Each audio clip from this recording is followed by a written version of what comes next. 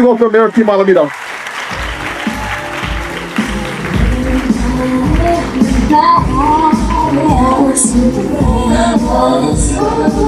right. Wow. I get some jams. Okay, hey, it's so good to be here. Finally got to get out of the office and get talk to real people with real lives. Hey, yeah. So I mean, when I asked Dylan, what is the topic? Let's talk about bridges. I can talk about that. Unfortunately, I came into office and it was like, my whole thing was like the wastewater facility, right? Kyokaha, Kealakehe, with all over the island, right? Kau, Pepekio, Papaiko. And because it's aging, so right off the bat, I said, hey, you gotta make emergency proclamation in case that bug a boss. We can fix them immediately, not gotta go through all kinds of procurement restrictions and get them done quickly. Then I realized bending trees started falling. I was like, wow. Okay, so we got an aging wastewater situation and we get aging banyan trees. Okay, right, and then about maybe 2 months later, buses started rolling backwards, almost off the cliff. I don't know if you guys remember that. Then we get aging buses. Okay, and then of course the bridge. And now we get aging bridges. And if you know anything about our roadways, we have some aging highways too. It dips like no more even the sign that says dip. You just catch you off guard, kind of. She's just driving. I was like, whoa, what is that? So we get bumps, speed bumps. We put that intentionally. Okay, dips. It just happens. So, and then we get aging buildings, right? And unfortunately, we're paying the price for that right now. So 4 buildings, 4 major fires. Pepekio, right? That was arson. We caught that guy. But after that, Wild Ginger. After that, the Old Poi Factory. And then 2 nights ago, I'm over there helping the firefighters figure out what happened to Kinaole and Highly Street. And that's because our city is over 100 years old. Right? We got a city that's over 100 years old. So I just stepped into, like, I stepped into the tipping point of deferred maintenance. Okay? You know what I mean? Like, wow, thank you. I started missing my old job. But no, so then I wonder, like, wow, why me? Why now? And then my kids say, why not? So, Dad, you raised us. You get 7 of us, and we wasn't easy, right? And we gave you trouble. We gave you some trials, but you and handle. You and Mom, my late wife. You guys are amazing partnership, and just instead of Mom now you just married to the county. So go love the county as much as you love Mom, and so that's a high calling. And I do love the county, and I love every single one of you who belong to this county and even to this state. So if you're not from this island, welcome to our beautiful big island. Get a big round of applause for the guy. Yeah, not from this island, but thank you for being here. You have an awesome island, but so do you. I think the state of Hawaii, best state in the United States. Yes, sir. So, yeah, so I humbly accept this position, to lead the county in a direction that I feel is good for our people and good for our families. And I'm not going to agree with everybody all the time, but I'm going to agree with most of the people most of the time. And that's important. And I think, with these 4 years, with God guiding my decisions, putting people in place that I think can be helpful to our team. It's been a year, and it's been an awesome year, despite the crazy challenges that we're having. And it's awesome because we got an awesome team. What I saw 2 nights ago, the fire department and the police working together, and then we had public works coming in and like taking away all that debris, taking them to the rubbish dump, and working with the Department of Environmental Management, because they had burned cars, and then the nonprofit stepping up to the plate, like everybody working together. It was quite amazing. And I think that's because of the relationships. The relationships that I had, I brought into the department because born and raised here. I go back almost 5 generations on the Portuguese side, someplace in Azores, and forever, right? 1,500 years on the Hawaiian side. And I think relationships is everything. So in your profession, right? I know you guys know relationships is everything, and I know you bring in that positivity to the interaction. And so I was always taught interactions before transactions, right? Connection before correction, and those are kind of mana'o that my father shared with me. because he's a relationship guy. And I was raised watching him as a plumber. Most Portuguese is plumbers. I don't know why. But I think it's just how we came up the boat that way. What I gotta fix? And so, and we like fix things. So, and he always said that. And I said that. And now he's Hawaiian. He gets a little bit Portuguese. And my mom plenty Portuguese, a little bit Hawaiian. So make me have. But he said that, Kimo, no matter where you go, that people matter. People matter more than profits. And so you just focus on people, you're gonna be okay. And never mind chasing money. Just focus on your passion and money gonna come. So it's like people and passion. And that has guided my career since then. And I still hold those ideals dear to me because I think it matters. And so what can I offer you in the next 15 minutes, before lunch? It's a hard crowd, but you guys must be hungry. And when I listen to motivational speakers, I can offer you something different because most motivation, they either been through poverty, so they're speaking they're rising above from poverty, or they been stuck in drug addictions and they're rising above from drug addiction, or abuse and they're rising above from abuse. Well, I wasn't abused. I had a wonderful upbringing. My parents was awesome. I wasn't raised in poverty. My dad, he made good money as a plumber, and so we got our needs met, and I wasn't raised with drugs. I never took drugs. So how do I rise above then? Well, I can tell you that maybe if you just break this group in half, just statistic wise, maybe half of you was either had that kind of negative experience, abuse, neglect, or maybe drugs, or maybe just poverty and just struggling, single parent, that kind of action. And so you rose above, so you use that for motivation, right? You use that. But what if you're just a regular person who is like, you're good parents and you never get into drugs? And, anytime you wanted something, your mother gave them to you. So, like, where's your motivation? And that's the other half of you, probably, right? So for us, I will speak to us now. So you get demons that get created just from circumstance, and you get demons that we create because of our own mental capacity or our own perceptions of who we can be and who we are and where we can go. And so I like speak towards that because growing up, that was my demon, right? I half Portuguese and I half Hawaiian. If you know anything about social stereotypes, okay, it's all uphill from there, right? Half of me lazy, the other half stupid. Where I gonna go now?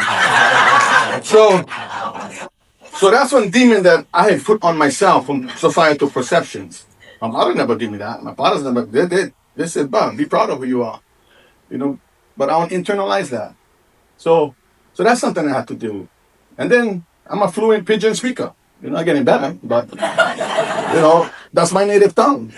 So I got to deal with that demon, especially if you go to like private schools. So I went to St. Joseph, right? I should get scolding all the time. Well, first I was a stutterer. So like I get stuck. So you know how like in English class they say, hey, you get the first paragraph, you get the second, the third. I getting anxiety already because I just counting before how much is me, okay, 17 of the 17th person. Oh, I still counting the paragraph. Oh yeah, I'm gonna memorize this paragraph. Oh, but I think coming to me, but I still nervous, shaking already. Because I gotta speak, and then I got stuck on the word some of the times, and most of the times, so then I stuck on the word, But then my friend before me, he knew I had like panic attacks. But I like read 2 paragraphs, throw me off. No, I only get like 10 seconds to try to remember the next paragraph. It's like, oh, like knock you so, but Catholic school no can, so. Okay, memorize. Then I get stuck in the word. My friend, bird. I was like, so I had to get over that.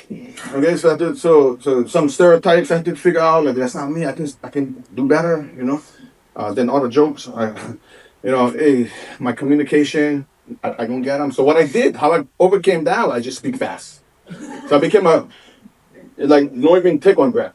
Just, don't give me that, I don't want that, don't give me that, like that. So I make a great auctioneer. What am I talking about? Something man in blue. There's a place for fast talkers like me. But then, so high school, everybody knew me as the mumbler and the fast talker, right? So I was like, man, it's like, So So then when it came too close to like junior, senior year, they asked me, so what, you going to go to college? You going to be like your father? What you like do? I said, well, I had three brothers. They're already plumbers. So that's too much competition in the family. So, so, so I said, I think I'll go college. And my dad said, yeah, this is the make a deal for you. You go college. Okay, so shoot. So I was pretty good basketball player, got on scholarship, half scholarship. He said he gonna pay the other half. So I went to college, was Hawaii Law back then. They merged now to Hawaii Pacific University. So here I am, right? First in my family to go college. Because my dad was like, why you gotta go college? Just work early. So, but I wanted something different. I wanted more choices. And when I see my dad coming home, hardworking, callous, all glued, stuck to his hand, I was like, I like something different. Like I could do that. Like I'm not scared of work because my dad taught me how to work. I was his gopher or his garut, right? Every summer I was the garut. Hey, go dig the hole, pass me the, this, that, too, and so that was good for me because every summer I'll be like, yeah, I like go college, when school started again. And so then here I am in college, right? So then of course stereotypes don't stop. So that's the thing, right? So it's like, oh, local boy in college, you just probably came for a scholarship, which is half true, since it was one half scholarship. But then I realized, shucks, I like to be successful. Like this is my chance. So I went to the library and I found one book. I was like, how you get A's in college? And it was real, like only like 6 pages, pop up pictures or something like that.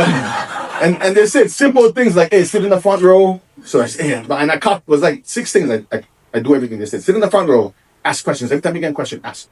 Form study groups, do that.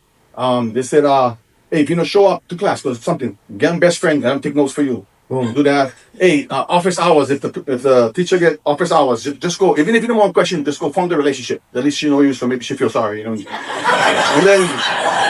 then just accept all extra credit. So I was the extra credit king. I was. So I did that, and then so first semester now, mind you, St. Joseph. Hey, I was an average student. See, I just was like 2.0 to play. Back then. So I just wanted to play sports, right? But then I had to do well because I never had one plan B. Was college or I never liked plumbing, So I just like I'm gonna make this work. And so I just started at A. The first semester come out, I get all B's and A's. In fact, mostly A's. I think it was just one B. And I was like, wow, I can do this. I'm a Portuguese Hawaiian person who can get A's in college. And I wasn't cheating, and I never strong armed the professor. It was like for real guy. Was just starting, sitting in the front row, boom, boom. So pretty soon I started getting hooked on education. Like I think I can do this, And then next semester, boom, boom. And then I remember my junior year in college. Now my professor asked me, "Hey, so what major? What is your major? What you gonna do?" I said, "Well, I wanted to be on counselor, so that's why I took a lot of psychology classes, but." So could that be my major? And she said, yes, that's good. So you're gonna get on VA in psychology. I said, oh, right on. Okay. So after graduation, she said, by the way, what you gonna do with that? I said, I don't know. What can I do? And she said, oh, not too much. but she said, but if you get your master's degree in counseling, then you can work for the school system and you can. I was like, that's exactly what I wanted to do because I remember I was always in the counseling office, right? Right? Just because I was lawyer and I had a little bit ADHD and I get bored fast. And I mean, the counselor was with friends. And so I was like, bro, I like your job.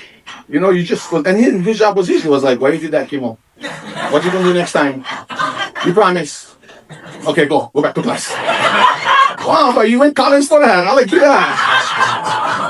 So when they said, you just got to go 2 more years to get your master's degree, I said, yes, I'll go. And then I went to UH. Went off for that.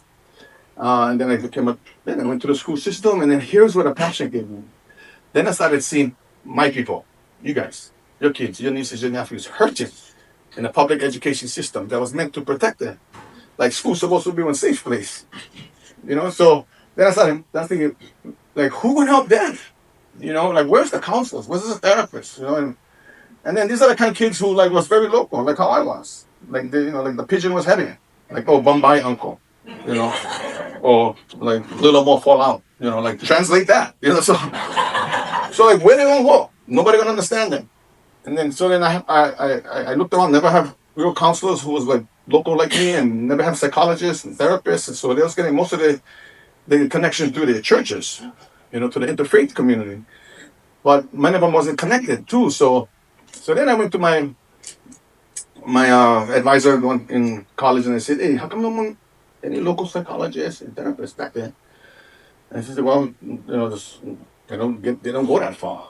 And she said, "Well, why don't you go be that person?" So I said, "Wow, where I gotta go for that?" And she said, "You gotta go to well, there's a couple of schools, but the best school for counseling psychology is in Nebraska." I was like, "Oh, right on." And I said, "Where is Nebraska?" So she passed up the map. Oh, right there in the middle of America. I said, "Oh, okay, right there."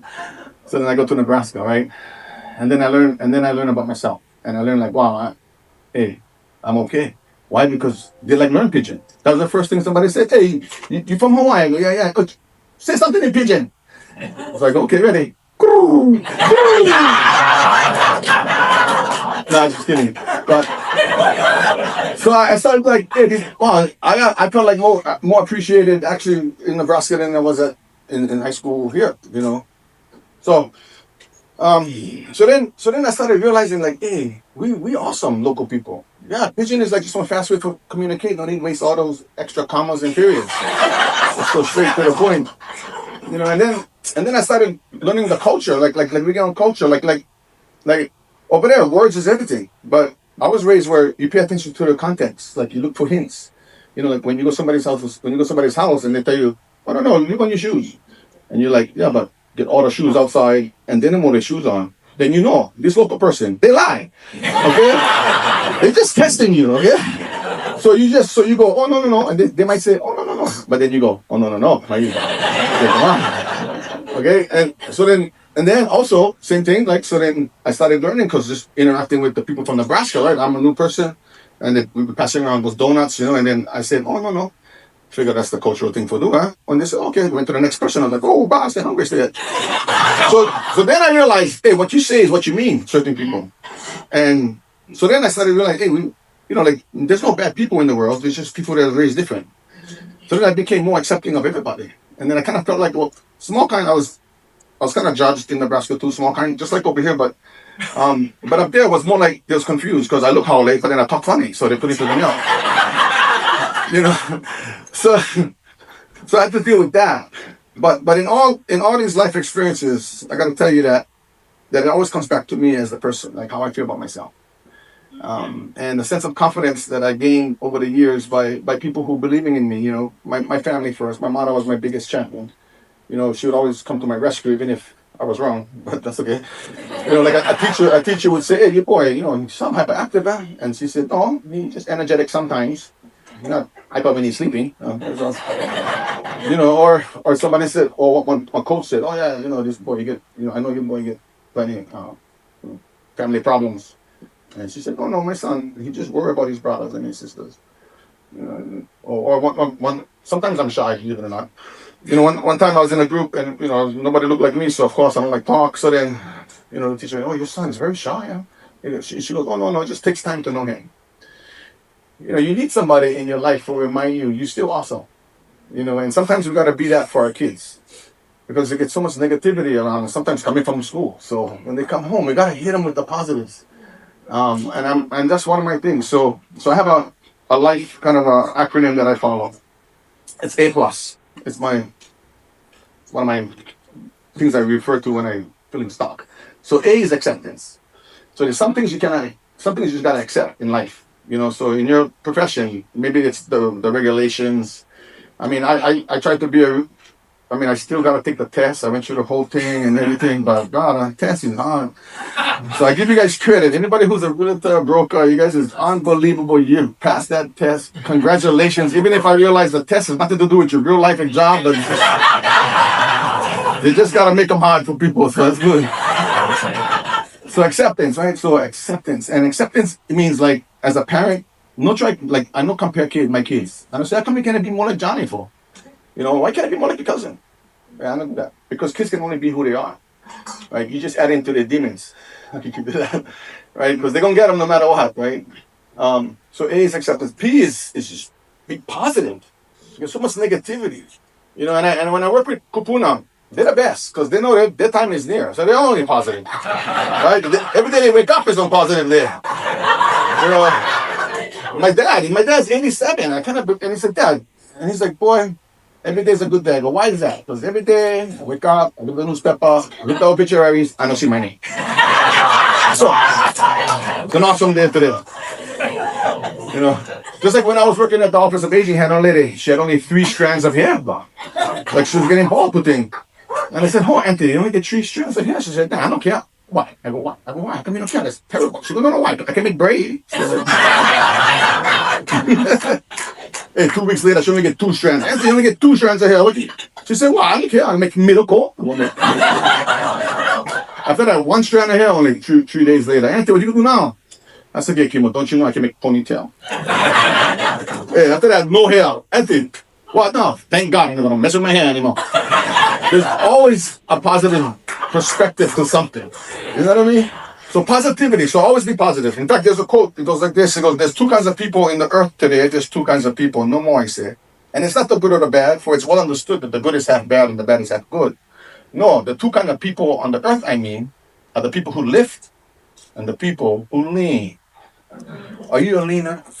You go around complaining, how come so hot today? Was it hot yesterday? How come it's still raining in Hilo? In Hilo, rain all the time, I tell you. Yeah, I used to have man, we had a secretary like that about 10 years ago. I used to work for the Department of Health.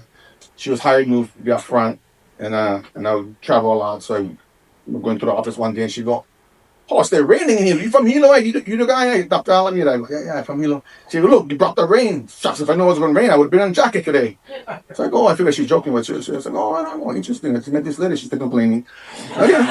So so next week go again. But it was sunny. So I joke, huh? So I walk inside, I go, "Hey, Auntie, you know, I brought the sun." And she go, "I know, but it was so hot. Let's say, if I knew it was gonna be this hot, I wouldn't bring this jacket." I was like, "Oh my gosh." So I asked my boss, I said, "Who's this lady?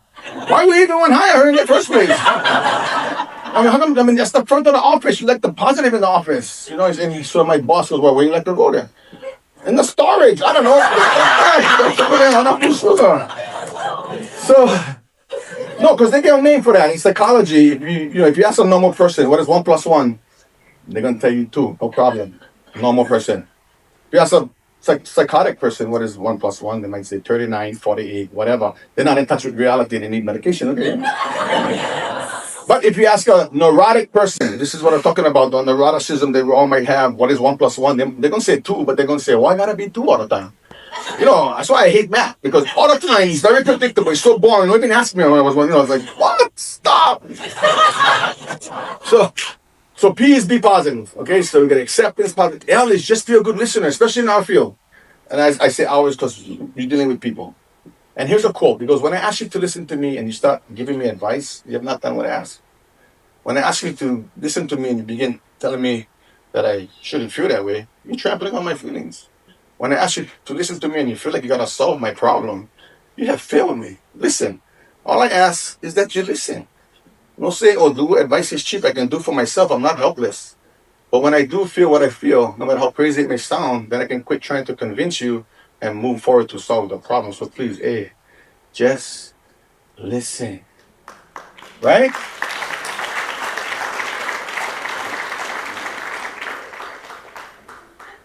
Okay. 5 minutes. All right. That's L. Okay. And then U is just use different words rather than the word no. We say no a lot.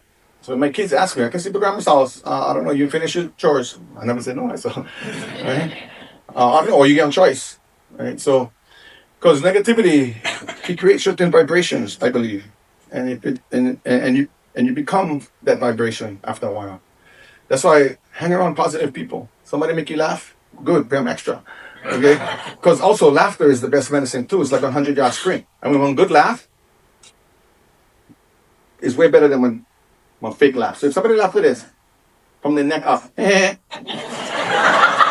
no trusting, okay? I'm talking about one good laugh that comes from the neck up. Not that. Then you can trust them. So. Okay, so and then APLUSS is just self-care. Like we're in a profession that is stressful, and we gotta take care of ourselves, especially right now being the mayor. So I make time for get to the gym or meditate or pray or go on a walk, but something healthy and legal and moral and ethical.